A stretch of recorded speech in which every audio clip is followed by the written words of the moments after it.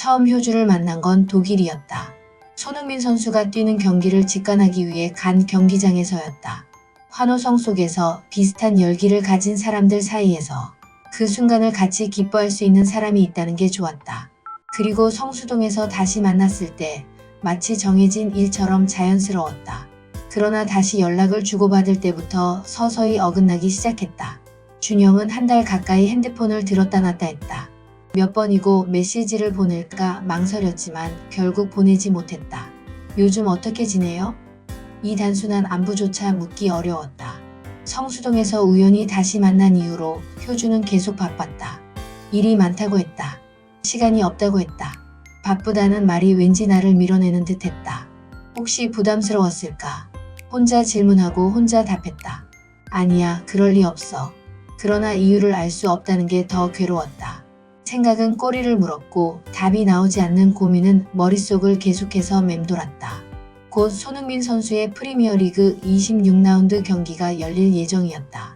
이번엔 영국 원정 경기였다. 입스위치의 포트멀로드 스타디움. 멀고도 먼 곳.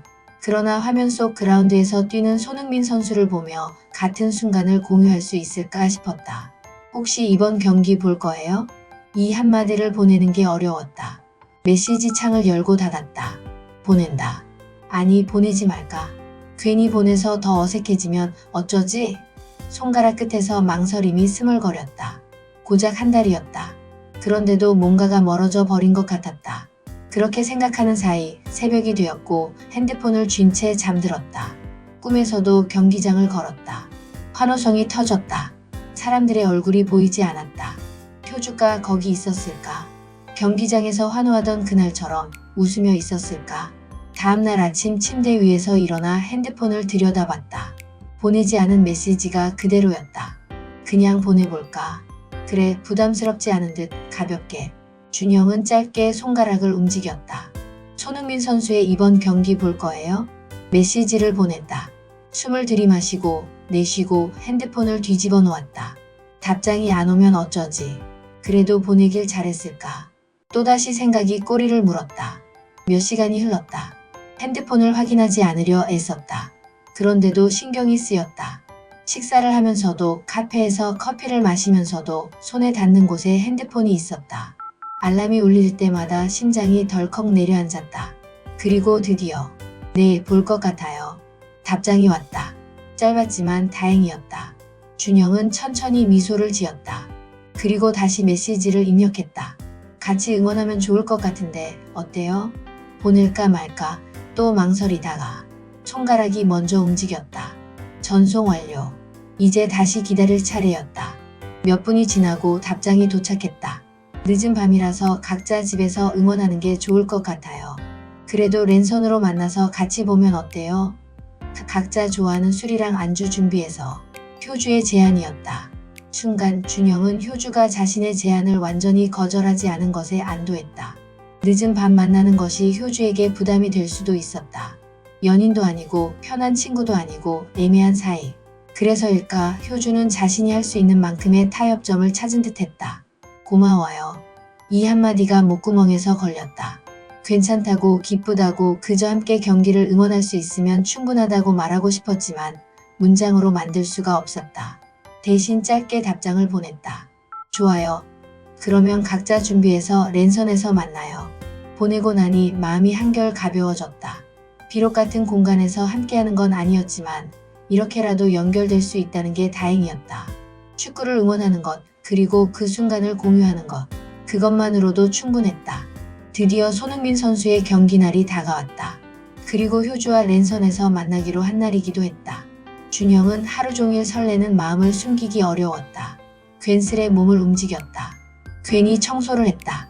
먼지 낀 구석을 닦고 밀린 빨래를 세탁기에 넣고 수거함에 묵은 옷을 던져 넣었다. 플라스틱과 종이를 따로 모아버렸다. 뭔가 중요한 일을 앞두고 주변을 정리하는 기분이 들었다. 손끝에 남은 세제 냄새마저 상쾌했다. 그러다 문득 핸드폰을 보았다. 메시지가 와 있었다. 오늘 경기 함께 보는 거 맞죠? 미리 링크 보낼 테니 시간 맞춰서 만나요. 효주의 문자였다. 랜선에서 만나자는 제안을 먼저 했던 효주가 미리 링크까지 보내주는 센스를 발휘했다. 고맙고 귀여웠다. 효주는 이 상황을 어떻게 생각하고 있을까? 그냥 가벼운 약속일까? 혹시 조금이라도 기대하고 있을까? 그런 생각이 스쳤다. 준영은 웃으며 답장을 보냈다. 네, 오늘 기대되네요. 그리고 바로 욕실로 들어갔다. 뜨거운 물이 쏟아져 내렸다. 머리를 감으며 생각했다. 이 순간을 기다려온 건지 아니면 효주와의 시간을 기다려온 건지. 샴푸 거품이 손끝에서 부드럽게 흘러내렸다. 깨끗해지고 싶었다. 늘 하던 샤워가 아니라 중요한 일을 앞두고 목욕제기라도 하는 듯 한 기분이었다. 샤워를 마친 뒤 거울 앞에 섰다. 젖은 머리를 수건으로 문지르면서 괜히 한번 얼굴을 들여다봤다. 별다를 것 없는 얼굴인데 왠지 신경이 쓰였다. 옷도 적당히 골랐다. 편한 티셔츠 하지만 너무 후줄근하지 않은 걸로.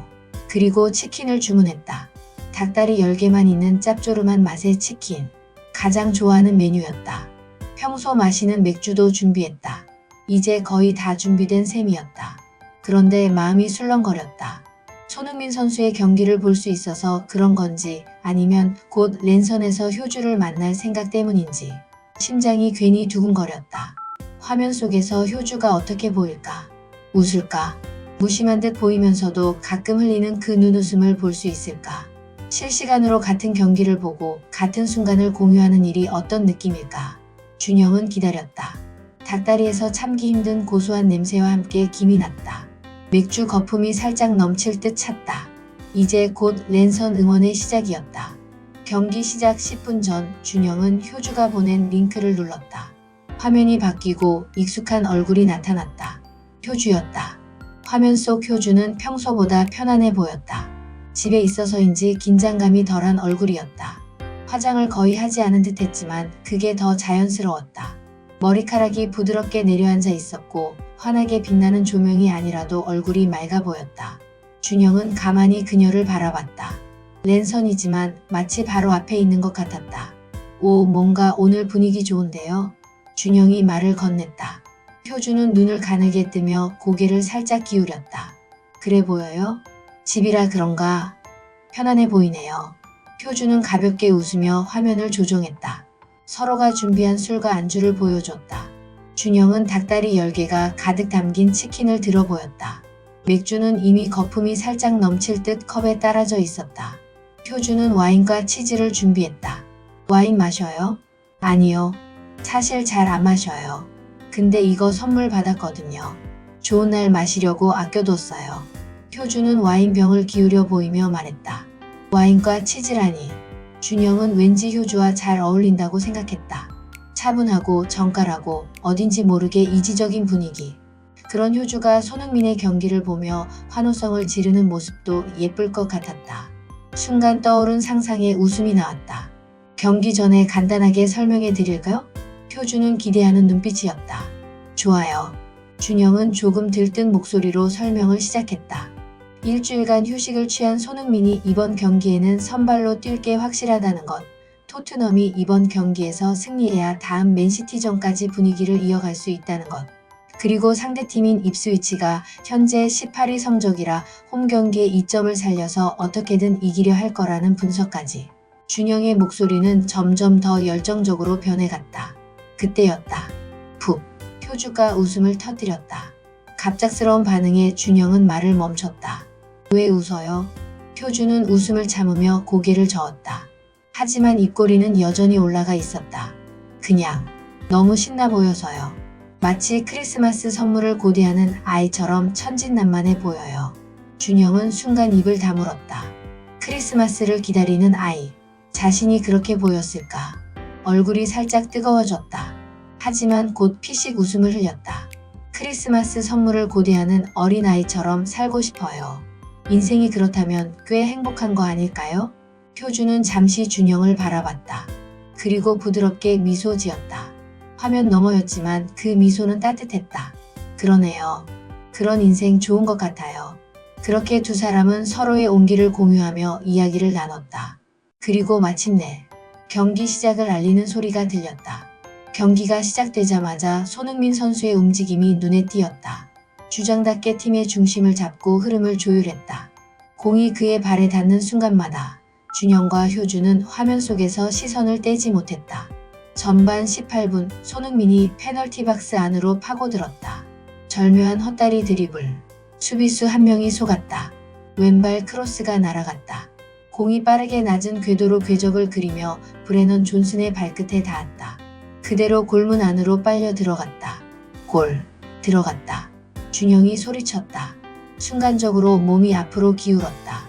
화면 속 존슨이 손흥민에게 달려가 안겼다. 동료를 살리는 플레이. 욕심내지 않고 팀을 위하는 손흥민의 모습. 완벽한 선수. 효주도 화면을 보며 조용히 미소를 지었다. 마치 자기 일처럼 기뻐하는 준영의 모습이 귀엽기도 하고 생경하기도 했다. 진짜 대박이다. 효주가 감탄하듯 말했다. 마치 방금 전 골이 자신의 일처럼 흥분이 가득한 얼굴이었다. 준영은 그런 효주의 모습을 보며 뿌듯했다. 원래 축구에 큰 관심이 없던 사람이 이렇게 경기에 빠져들고 있다는 것이 느껴졌다. 손흥민 진짜 대단하죠?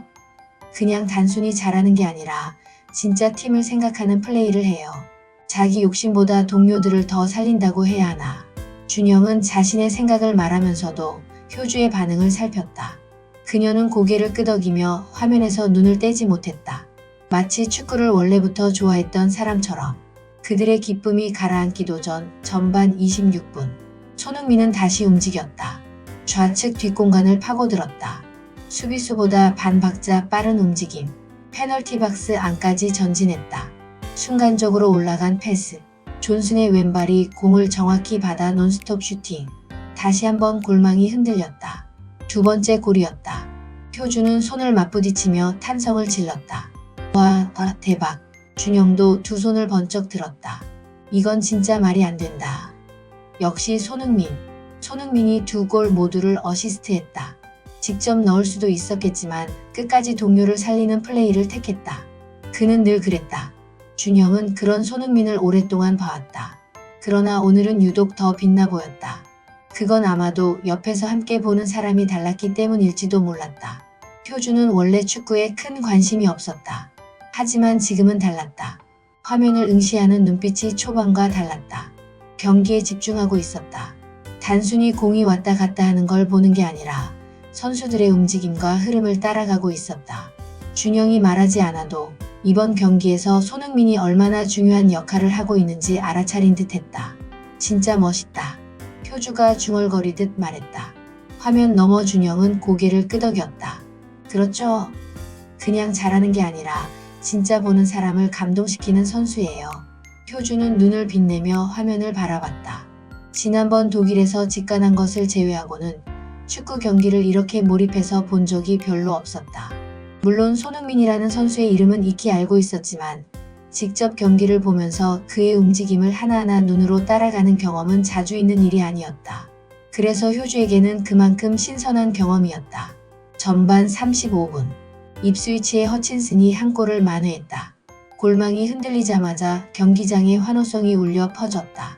토트넘의 분위기가 살짝 가라앉았다. 준영도 살짝 긴장한 듯 입술을 깨물었다. 아, 이거 조금 위험한데.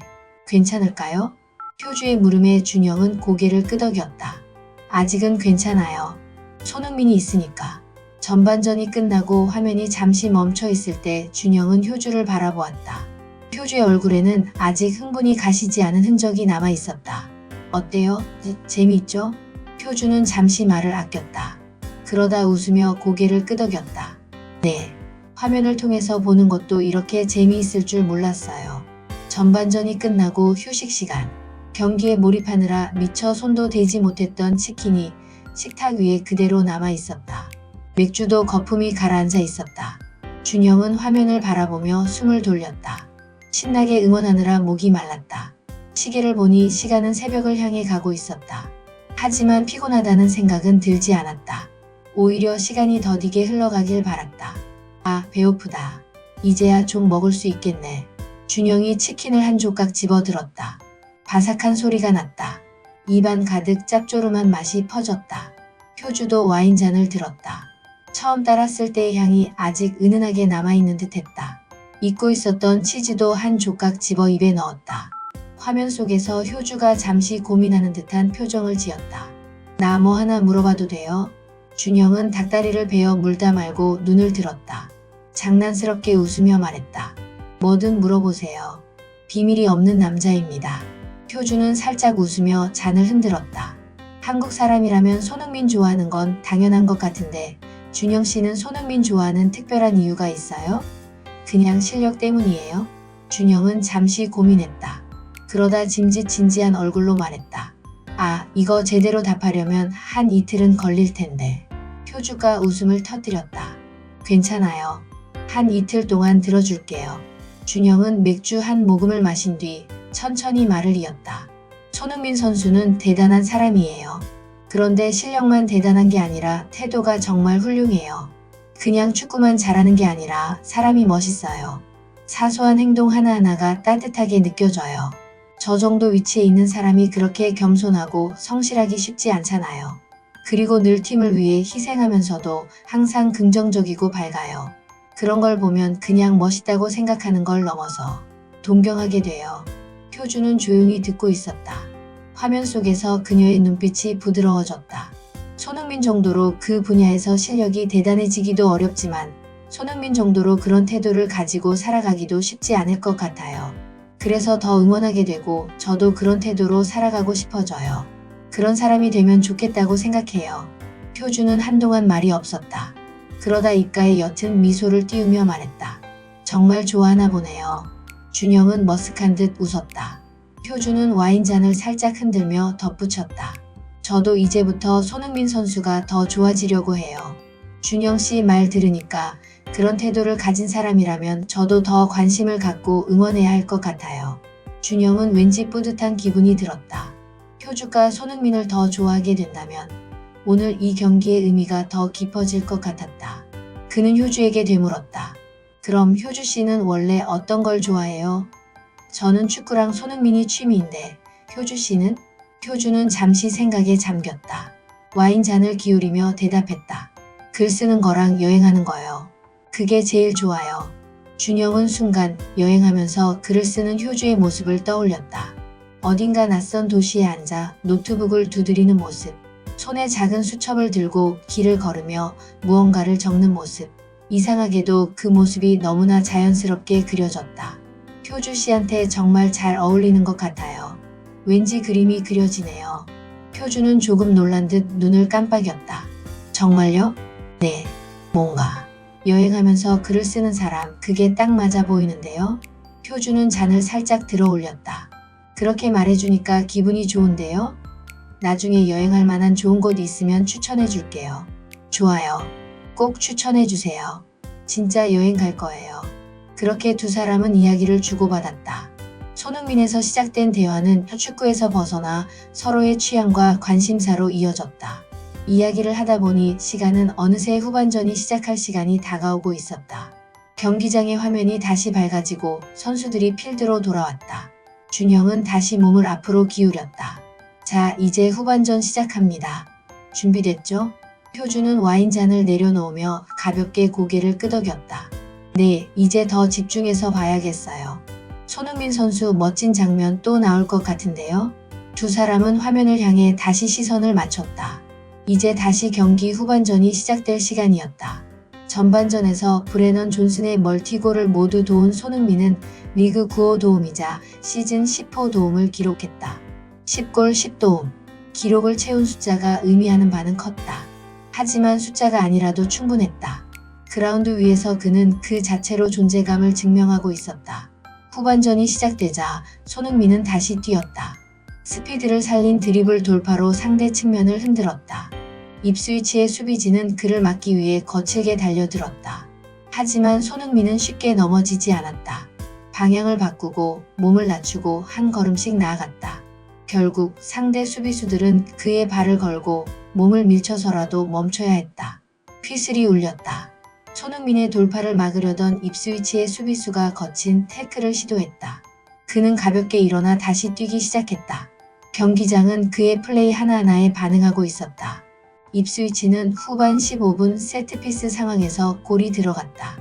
토트넘의 골망이 흔들리는 순간 효주는 작은 탄식을 내뱉었다. 준영은 그런 효주를 보며 말했다. 아무래도 오프사이드 같은데. 그의 말이 끝나기도 전에 화면 속 주심이 VAR 판독을 요청했다. 그리고 몇 초 뒤 오프사이드 판정. 입스위치의 득점이 취소되었다. 효주는 가슴을 쓸어내리며 안도의 숨을 내쉬었다. 와, 준영씨 완전 전문가 같은데요? 준영은 어깨를 으쓱이며 웃었다. 이 정도는 기본이죠.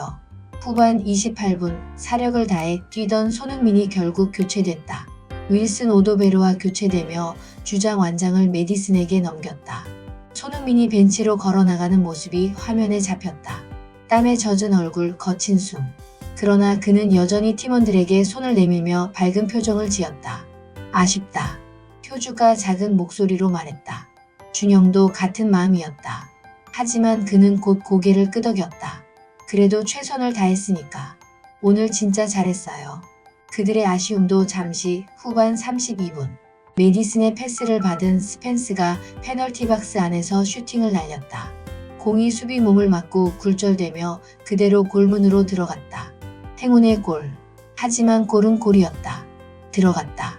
준영과 효주는 동시에 환호성을 질렀다. 스펜스 시즌 첫 골이에요. 대박이다. 진짜 운이 따라줬네요. 이거 완전 토트넘 분위기 좋은데요? 손흥민은 없었지만 손흥민이 남긴 승리의 기운이 여전히 토트넘을 감싸고 있는 것 같았다. 경기장도 선수들도 그리고 이들을 지켜보는 사람들도 모두 그 에너지를 느끼고 있었다. 그리고 7분 뒤 왼쪽 측면을 돌파한 클로셉스키가 페널티 박스 안에서 절묘한 왼발 가마차기 슈팅을 날렸다. 공은 아름다운 곡선을 그리며 골문 안으로 빨려 들어갔다. 네 번째 골. 경기장에 울려 퍼지는 함성. 화면 속 선수들이 서로를 끌어안고 있었다. 이제 확실히 끝났다. 준영이 흥분한 목소리로 말했다. 효주도 들뜬 얼굴로 고개를 끄덕였다. 추가 시간 8분이 주어졌지만 더 이상의 골은 나오지 않았다. 경기는 토트넘의 4대1 승리로 마무리됐다. 경기가 끝나고 한국 시간으로는 거의 새벽 2시 가까이 되고 있었다. 그런데도 피곤하지 않았다. 오히려 더 선명한 정신으로 깨어있는 기분이었다. 준영과 효주는 마치 자신들이 직접 뛴 경기라도 되는 양 승리의 기쁨을 만끽했다. 이렇게 보니까 축구 완전 재밌네요. 효주가 와인잔을 흔들며 말했다. 준영은 만족스럽게 웃었다. 그렇죠? 이렇게 보는 맛이 있어야죠. 역시 손흥민 경기는 꼭 봐야 해요. 효주는 피식 웃으며 잔을 내려놓았다. 늦은 새벽이었지만 이 기분을 오래 간직하고 싶었다. 축구는 경기장에서만 존재하는 것이 아니라는 걸 알 것 같았다. 이렇게 누군가와 함께 같은 순간을 공유하는 기쁨이 축구의 묘미였다.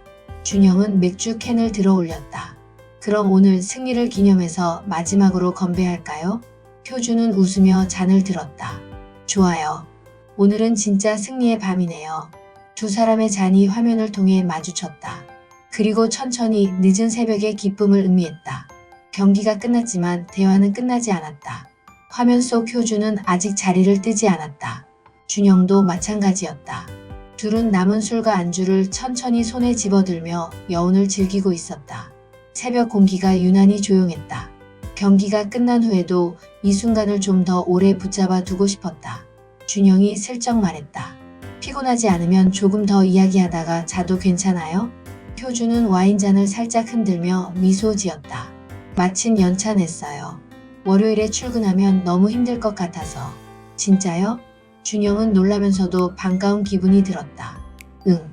미리 대비했죠. 축구 경기 늦게 보면 다음날 진짜 힘드니까. 부럽네요. 저는 내일 출근해야 하는데 그래도 뭐 저 정도 체력이면 조금 더 깨어 있어도 괜찮아요. 효주는 살짝 웃으며 와인잔을 입술에 가져갔다.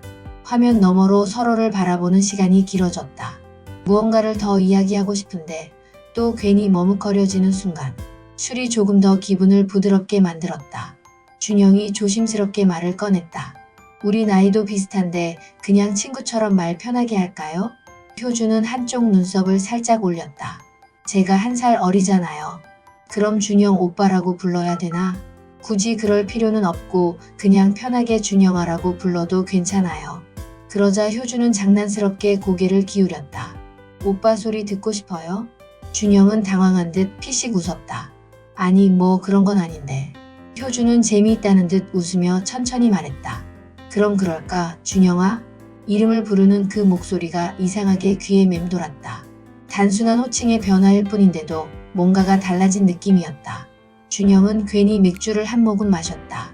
그러다 효주가 덧붙였다. 기분이 좋으면 준영 오빠라고 불러줄게요.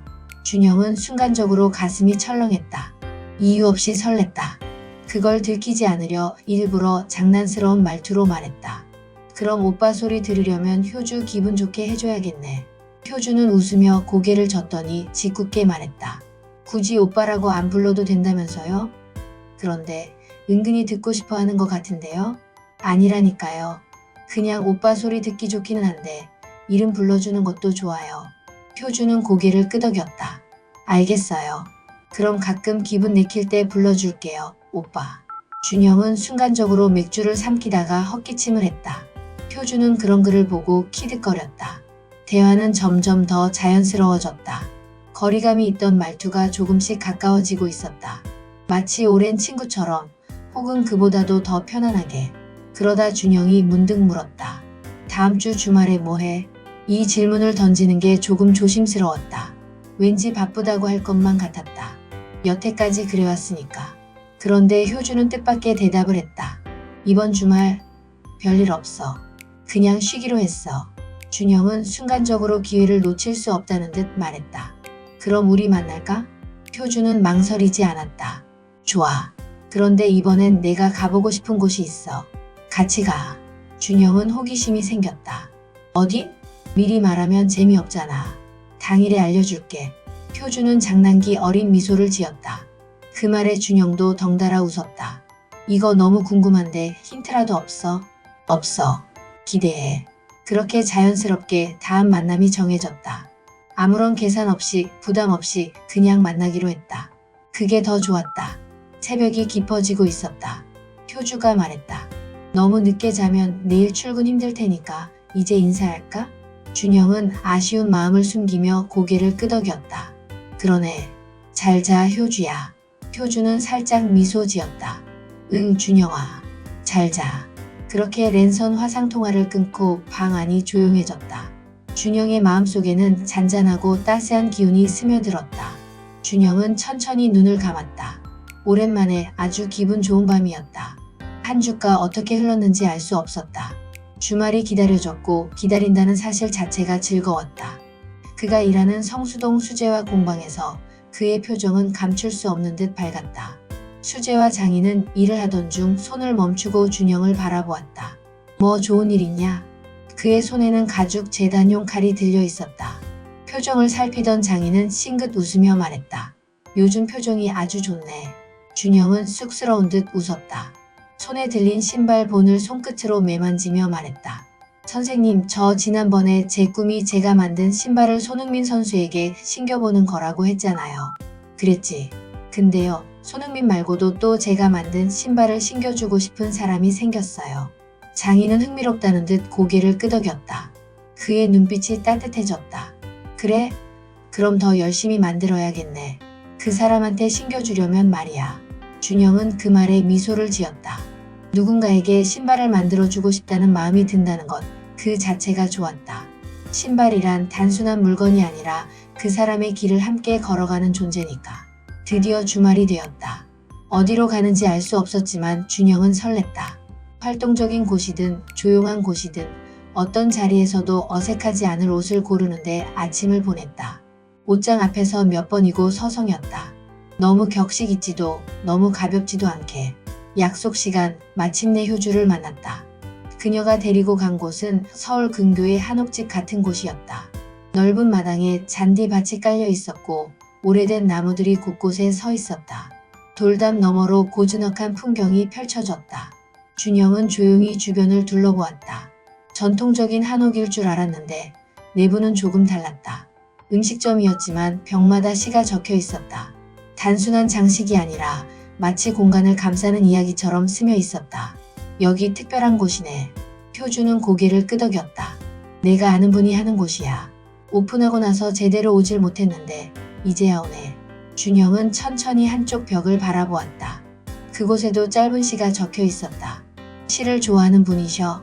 응. 시를 사랑하는 분이야. 개인 시집도 출판하셨거든. 원래 그런 분이라 음식점도 그냥 운영하는 게 아니라 이런 공간을 만든 거지. 아내분이 음식을 잘하셔서 두 분이 함께 하시는데. 효주는 말을 멈추고 가만히 웃었다. 돈에는 관심이 없어서 손해만 보실 것 같은데 이상하게 인심이 좋아서 손님이 늘 많아. 퍼주기 좋아하는 분이라 그렇겠지. 준영은 다시 한번 둘러보았다. 그런 곳이었다. 손님이 많아도 조용한 분위기가 유지되는 곳. 사람이 공간을 채우는 게 아니라 공간이 사람을 감싸는 곳. 그들은 한적한 안쪽 자리로 향했다. 따뜻한 한지 창 너머로 잔디밭이 보였다. 주문한 음식이 차려졌다. 한식 한 상과 막걸리 한 주전자. 술잔을 나누어 따르며 그들은 자연스럽게 서로를 더 가깝게 불렀다. 준영아, 여기 정말 좋지? 응, 효주야. 네가 데려온 곳이니까 믿고 왔는데 진짜 좋네. 서로의 이름을 부르는 게 점점 익숙해지는 준영과 효주였다. 지난번 랜선 응원전 이후로 그들은 조금 더 가까워져 있었다. 막걸리를 한 모금 마시자 혀끝에 부드러운 단맛이 감돌았다. 음식도 정갈했다. 따뜻한 국과 갓 지은 밥, 담백한 나물들. 모든 것이 조용한 온기로 둘러싸인 느낌이었다. 효주는 술잔을 들고 준영의 잔에 가볍게 부딪혔다. 여기 오길 잘했어. 준영은 잔을 기울이며 말했다. 그러게, 좋은 곳이야. 조용한 공간에서 흘러나오는 클래식한 음악이 귓가를 감쌌다. 창밖으로는 바람이 불었다. 그들은 바람 소리를 들으며 천천히 술을 마셨다. 시간은 느리게 흘렀다. 효주는 유리창을 바라보며 말했다. 가끔은 이렇게 조용한 곳에 오고 싶어. 응, 나도. 그 말이 더 깊은 의미로 가라앉았다. 그렇게 두 사람은 나란히 앉아 조용한 시간을 공유했다. 특별한 말이 없어도 공간이 모든 걸 이야기해주는 듯했다. 잔이 비워지고 테이블 위에는 마른 안주 몇 조각과 식어가는 국그릇이 남아있었다. 막걸리는 어느새 반쯤 비워졌고 공간에 스며든 음악 소리는 한결 부드러워졌다. 창밖에는 짙은 밤이 내려앉고 있었다. 준영은 술잔을 손끝으로 굴리며 조심스럽게 입을 열었다. 그때 손흥민 경기 보러 독일 갔을 때 너를 만나게 될 줄은 정말 상상도 못했어. 같은 한국 사람을 만나게 될 줄은 알았는데 그게 너일 줄은 몰랐어. 말을 끝맺고도 한동안 술잔을 내려놓지 못했다. 막연하게 떠오르는 감정을 어떻게 정리해야 할지 몰랐다. 효주는 창밖을 한번 흘기보더니 가만히 미소를 지었다. 나도 그래. 손흥민 독일 경기를 함께 본 우리가 지금 여기 같이 앉아 있다는 게 신기해. 준영은 고개를 돌려 효주의 얼굴을 바라보았다. 한옥의 부드러운 조명 아래에서 그녀의 표정이 조용히 빛났다. 사실 나는 축구도 잘 몰랐어. 독일에 사는 언니가 손흥민 경기가 열린다고 같이 가자고 해서 간 거였거든. 그냥 한번 가보자는 생각으로. 그런데 거기서 너를 만났잖아. 효주는 술잔을 가볍게 기울였다. 그녀의 목소리는 담담했지만 뭔가 감정이 얹혀 있었다. 준영은 테이블 위에 손을 올렸다. 손끝으로 잔의 표면을 문질렀다. 마치 천천히 그날의 기억을 더듬는 것처럼. 필요는 우연을 가장해서 그렇게 찾아오나 봐. 나는 우리가 친해질 줄 알았어. 그 경기장에서 너를 처음 만났을 때부터. 효주는 손을 멈추고 고개를 들었다. 그걸 어떻게 알았어? 놀라는 기색이 역력했다. 그녀는 술기운 때문인지 입꼬리를 살짝 물며 말했다. 나는 한국 와서 다시 보게 될 줄은 몰랐어. 그냥 독일에서 한번 보고 지나가는 사람일 줄 알았거든. 그날 성수동에 충동적으로 가지 않았다면 우리가 다시 만날 일은 없었을 것 같아. 준영은 조용히 웃었다. 술잔을 내려놓으며 말했다. 그래. 어쨌든 그날의 우연한 충동이 이런 필연을 만들었잖아. 그는 손을 뻗어 테이블 옆에 붙어있는 시를 가리켰다. 여기 봐봐. 이 시. 내가 좋아하는 시거든. 이 시도 왠지 우연 위에 만들어진 필연 같아. 효주는 천천히 시를 읽었다. 가슴 뭉클하게 살아야 한다. 어제 걷던 거리를 오늘 다시 걷더라도, 어제 만난 사람을 오늘 다시 만나더라도, 어제 겪은 슬픔이 오늘 다시 찾아오더라도 가슴 뭉클하게 살아야 한다. 식은 커피를 마시거나 딱딱하게 굳은 찬밥을 먹을 때, 살아온 일이 초라하거나 살아갈 일이 쓸쓸하게 느껴질 때, 진부한 사랑에 빠졌거나 그보다 더 진부한 이별이 찾아왔을 때 가슴 더욱 뭉클하게 살아야 한다. 아침에 눈 떠, 밤에 눈 감을 때까지, 바람에 꽃 피어, 바람에 낙엽 질 때까지, 마지막 눈발 흩날릴 때까지, 마지막 숨결 멈출 때까지. 살아있어. 살아있을 때까지. 가슴 뭉클하게 살아야 한다. 살아있다면. 가슴 뭉클하게. 살아있다면. 가슴 터지게 살아야 한다. 효주는 양광모 시인의 가슴 뭉클하게 살아야 한다는 시를 한 줄 한 줄 천천히 음미하듯 눈으로 따라가다 문득 웃었다. 이거 왠지 지금 우리가 여기 있는 이유 같은데? 준영도 피식 웃었다. 그러게. 살아있다면 가슴 뭉클하게 살아야 한다잖아. 효주는 잔을 들어 올렸다. 그럼 우리 이 순간을 위해 건배할까? 준영도 잔을 들었다. 부딪히는 잔에 담긴 술이 잔잔하게 흔들렸다. 밤은 더 깊어지고 있었다. 창밖에 나뭇잎이 부드럽게 흔들렸다. 마치 그들의 대화를 조용히 듣고 있는 것처럼. 준영은 그 순간을 오래도록 기억하고 싶었다. 효주의 목소리, 그녀의 시선을 따라가던 순간들, 그리고 지금 이 자리. 그들의 이야기는 계속될 것이었다. 그리고 그 이야기는 또다시 어떤 우연과 필연을 만들어 갈 것이었다. 가슴이 뭉클하게 아름다운 별이 빛나는 밤이었다.